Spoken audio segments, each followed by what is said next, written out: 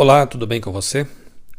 Todos os anos eu leio uma Bíblia diferente, até para ter uma nova experiência de leitura, e é impressionante como cada vez que nós lemos a Bíblia, detectamos, descobrimos, percebemos coisas novas que na leitura anterior não haviam sido percebidas. Assim, a Bíblia é um tesouro inesgotável de sabedoria, de inspiração, de motivação para a vida santa, de motivação para a caminhada rumo ao céu.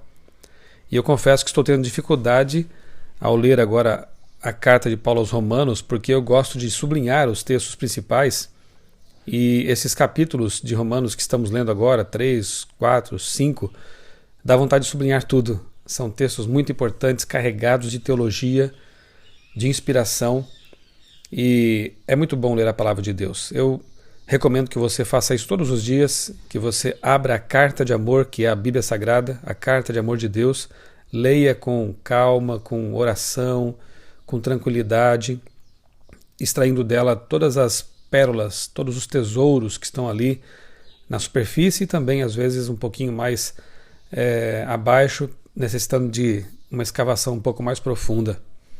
Hoje vamos meditar no capítulo 5 da carta de Paulo aos Romanos, e eu quero aqui destacar alguns versos que me chamaram a atenção. Primeiramente, o verso 1 diz que o perdão traz paz ao coração. Nada como uma consciência limpa e a certeza da salvação em Cristo. O verso 2, Jesus nos concedeu acesso ao trono da graça. Ele mesmo é o acesso, o mediador, a porta. Não precisamos ter medo de Deus, podemos nos aproximar, nos achegar confiadamente junto ao trono de misericórdia de Deus, porque Deus, Ele quer que nós nos aproximemos dele. Se devemos nos gloriar, é na esperança que temos por meio de Jesus, nunca por nossas obras. É a mensagem do verso 2 também. Nos versos 3 e 4, as tribulações produzem perseverança, a perseverança produz experiência, a experiência, esperança. Tudo isso é necessário neste mundo de pecado. Na vida do cristão, nada é em vão. Deus age por meio das coisas difíceis e ruins, a fim de purificar nosso caráter e nos tornar mais fortes a cada dia. No verso 5, o Espírito Santo derrama em nosso coração o amor de Deus. Não devemos desprezar o Espírito nem a obra que ele realiza. No verso 8, Jesus morreu por nós mesmo antes de termos nascido ou nos arrependido. O amor de Deus, portanto, é incondicional e às vezes até incompreensível pelos seres humanos. Verso 8, Jesus nos reconciliou com Deus. No lugar do abismo criado pelo pecado, ele construiu uma ponte perfeitamente pavimentada. Verso 12, Paulo considerava Adão um personagem histórico. Não fosse assim, sua teologia do pecado cairia por terra. Diferentemente de alguns teólogos da atualidade, alguns religiosos da atualidade, que abraçam muitas vezes a chamada teoria da evolução teísta, Paulo era criacionista. Paulo jamais defenderia uma ideia como a evolução teísta, porque ela contraria totalmente a teologia bíblica. Ela lança por terra até o amor de Deus, porque Deus seria alguém, um criador, que teria criado a morte como elemento constitutivo da sua criação. Seres vivos morreriam, nasceriam, e no processo evolutivo chegaria a um ponto em que Deus talvez colocasse neles uma suposta alma imortal, e aí a vida prosseguiria. É mais ou menos assim que alguns religiosos entendem a criação. Mas se isso é verdade, o pecado, como está relatado em Gênesis capítulo 3, passa a ser também um elemento de um capítulo mitológico, alegórico, e não resultado.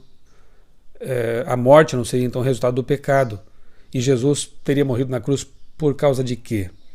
Teria vindo aqui apenas encenar, ou então ser apenas um mártir ou algo parecido? Não, a Bíblia fala claramente que o pecado, que a morte é resultado do pecado, e por isso Jesus veio nos redimir desse pecado e também das consequências dele, como a morte é uma delas. O pecado tornou a humanidade mortal. Herdamos a mortalidade como consequência do pecado. Todos pecaram e merecem morrer por isso. Jesus nunca pecou e, portanto, não merecia morrer. Ele trocou de lugar conosco. Isso é substituição. No verso 14, a morte reinou de Adão até Moisés, até que Deus ressuscitou o seu profeta. Ele é um exemplo do que Deus fará com todos os justificados. É por isso que lá em Judas, nós chegaremos ainda nessa carta, vemos que o inimigo, Satanás, ele disputou o corpo de Moisés, porque até ali, até a primeira ressurreição de um ser humano, o inimigo de Deus se achava o Senhor soberano da morte e achava que porque Moisés havia pecado, ele então não merecia ser ressuscitado, mas desprezou a graça de Deus. O inimigo não compreende a graça de Deus. É essa sobre a qual Paulo está discorrendo aqui nesses capítulos. Moisés se arrependeu, pediu perdão, foi justificado e por isso ele foi ressuscitado por Deus, pelos méritos futuros de Jesus Cristo. Verso 20, a lei evidencia o pecado, mas onde abundou o pecado, superabundou a graça, louvado seja Deus por isso.